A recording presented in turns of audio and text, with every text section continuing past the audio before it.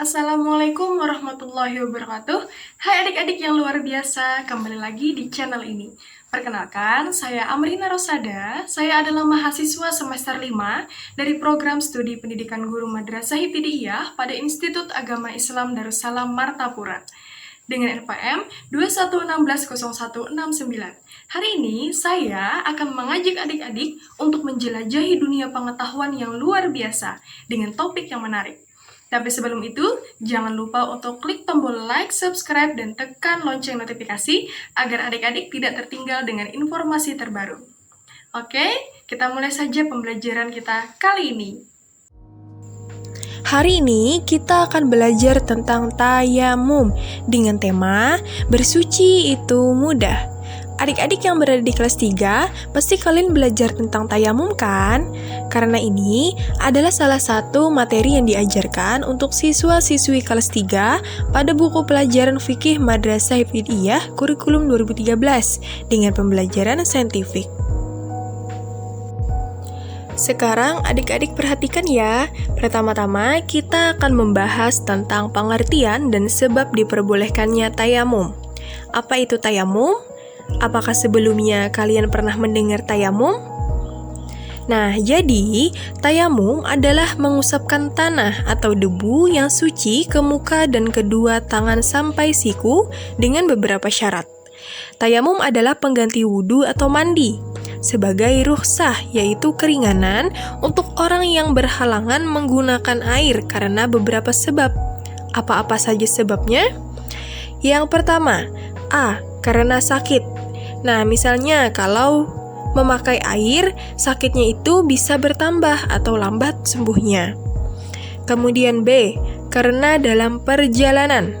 Misal, adik-adik sedang melakukan perjalanan dengan jarak yang jauh. Kemudian, waktu menunjukkan bahwa sudah memasuki jam sholat maghrib. Saat kalian ingin mendirikan sholat, kalian kesulitan untuk mendapatkan air atau menggunakan air untuk berwudu. Maka, kalian diperbolehkan bersuci dengan bertayamum. Kemudian C, karena tidak ada air.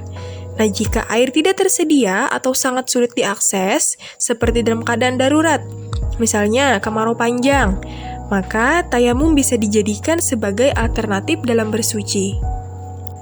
Pembahasan selanjutnya yaitu mengenai syarat-syarat tayamum.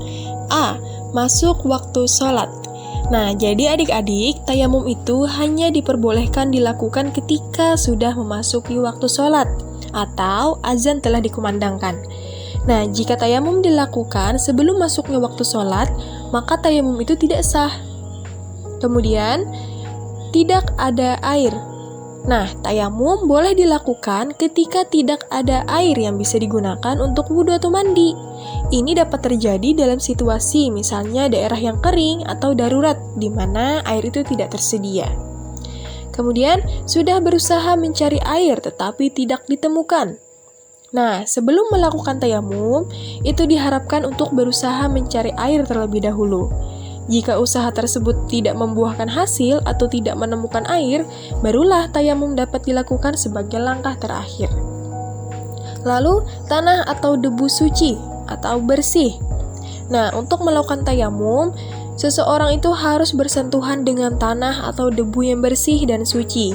Ini menunjukkan bahwa hal ini dianggap sebagai pengganti air untuk membersihkan diri. Kemudian sakit, yaitu tidak memungkinkan untuk bersuci atau menggunakan air. Nah, jika seseorang itu sedang sakit atau mengalami kondisi yang membuat penggunaan air dapat memperburuk keadaan kesehatannya, maka tayamum itu dapat dilakukan sebagai solusi pengganti. Lalu, habis waktu sholat. Nah, tayamum juga bisa diterapkan jika seseorang baru menyadari bahwa waktu sholat itu telah habis dan dia itu tidak memiliki waktu untuk melakukan wudhu atau mandi sebelum waktu sholat berakhir. Dalam situasi ini, maka tayamum boleh dilakukan. Selanjutnya yaitu mengenai rukun tayamum. Apa-apa saja rukun tayamum? Yang pertama yaitu niat. Lafaz niat tayamum yaitu nawaitu tayammuma liistibahati sholati fardhon lillahi ta'ala, yang artinya saya niat bertayamum untuk mengerjakan sholat fardu karena Allah Ta'ala. Dan rukun yang kedua, mengusap muka dengan tanah atau dengan debu dengan satu usapan. Rukun yang ketiga, mengusap kedua tangan sampai siku menggunakan tanah atau debu dengan satu usapan. Dan rukun yang terakhir yaitu tertib, artinya berurutan. Adapun sunnah-sunnah tayamum yang pertama yaitu membaca basmalah. Nah, sunnah tayamum itu mencakup membaca basmalah sebelum memulai proses tayamum. Ini menunjukkan niat dan kesadaran akan melakukan tindakan ibadah dengan menyebut nama Allah yang Maha Pengasih dan Maha Penyayang. Kemudian, mendahulukan anggota tubuh sebelah kanan. Nah, saat melakukan tayamum, sunahnya adalah memulai dengan anggota tubuh sebelah kanan sebelum anggota tubuh sebelah kiri. Misalnya, jika seseorang menyentuh tanah dengan kedua tangannya, maka tangan kanan akan disentuhkan terlebih dahulu sebelum tangan kiri. Ini sesuai dengan prinsip yang umum dalam Islam, di mana mendahulukan sisi kanan itu dianggap lebih baik dan dianjurkan. Lalu yang ketiga, menipiskan debu. Sunnah tayamum itu mencakup menipiskan debu pada kulit setelah menyentuh tanah atau debu dalam proses tayamum. Meskipun ini tidak diwajibkan, tetapi tindakan ini disunahkan dan dianggap sebagai langkah tambahan untuk membersihkan kulit. Menipiskan debu dapat membantu memastikan bahwa tayamum ini dilakukan dengan lebih baik dan efektif. Selanjutnya, hal-hal yang membatalkan tayamum. Apa-apa saja hal yang dapat membatalkan tayamum? Yang pertama, segala sesuatu yang membatalkan wudhu. Meskipun tayamum digunakan sebagai pengganti wudhu, tetap dapat dibatalkan oleh hal-hal yang juga membatalkan wudhu. Contohnya, seperti buang air kecil dan besar, keluarnya air mani, hilangnya akal sejenak, tidur yang lelap, dan sebagainya. Jadi, jika seseorang melakukan tayamum dan kemudian mengalami salah satu hal yang membatalkan wudhu, maka tayamumnya juga akan batal. Yang kedua, melihat air sebelum sholat, kecuali orang yang bertayamum karena sakit.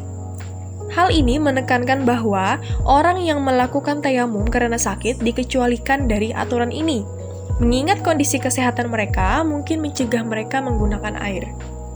Namun, bagi mereka yang tidak memiliki alasan kesehatan untuk bertayamum, melihat air sebelum sholat akan membatalkan tayamum mereka, dan mereka diharapkan untuk menggunakan air jika memungkinkan. Lalu, murtad atau keluar dari agama Islam. Ini membatalkan segala bentuk ibadah, termasuk tayamum. Islam mengajarkan bahwa keyakinan dan ketaatan kepada Allah adalah dasar dari semua amal ibadah. Jika seseorang secara sadar dan dengan penuh kesadaran meninggalkan agama Islam, maka seluruh ibadah yang dilakukan olehnya, termasuk tayamum, itu akan dianggap batal. Hal ini menunjukkan bahwa pentingnya keimanan dan keteguhan dalam agama Islam untuk menjalankan ibadah dengan benar. Adik-adik, sekarang kalian perhatikan ya tata cara melakukan tayamum pada video berikut ini. Kalau tidak ada air bagaimana? Kita tidak bisa berwudu dong, Abi.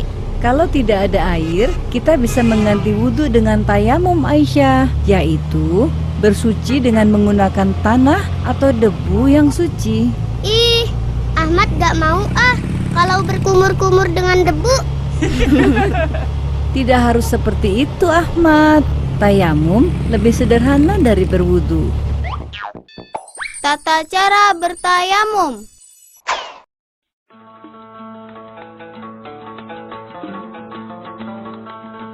Pertama, membaca basmalah dan niat sambil menempelkan telapak tangan pada tanah atau debu yang suci.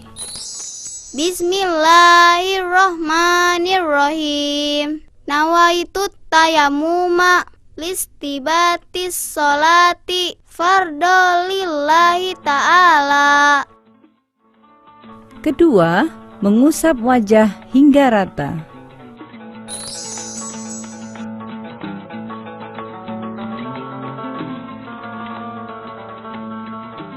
Ketiga, mengusap tangan sampai siku, utamakan yang kanan dahulu. Setelah selesai, lalu berdoa. doa yang dibaca sama dengan doa setelah berwudu. Baiklah adik-adik, sekian pembelajaran kita kali ini. Semoga informasi yang telah diterima dapat menjadi pengetahuan yang bermanfaat. Jangan lupa untuk terus belajar. Terima kasih sudah menyimak. Sampai jumpa pada video pembelajaran berikutnya. Tetap semangat belajar dan pantang menyerah. Assalamualaikum warahmatullahi wabarakatuh.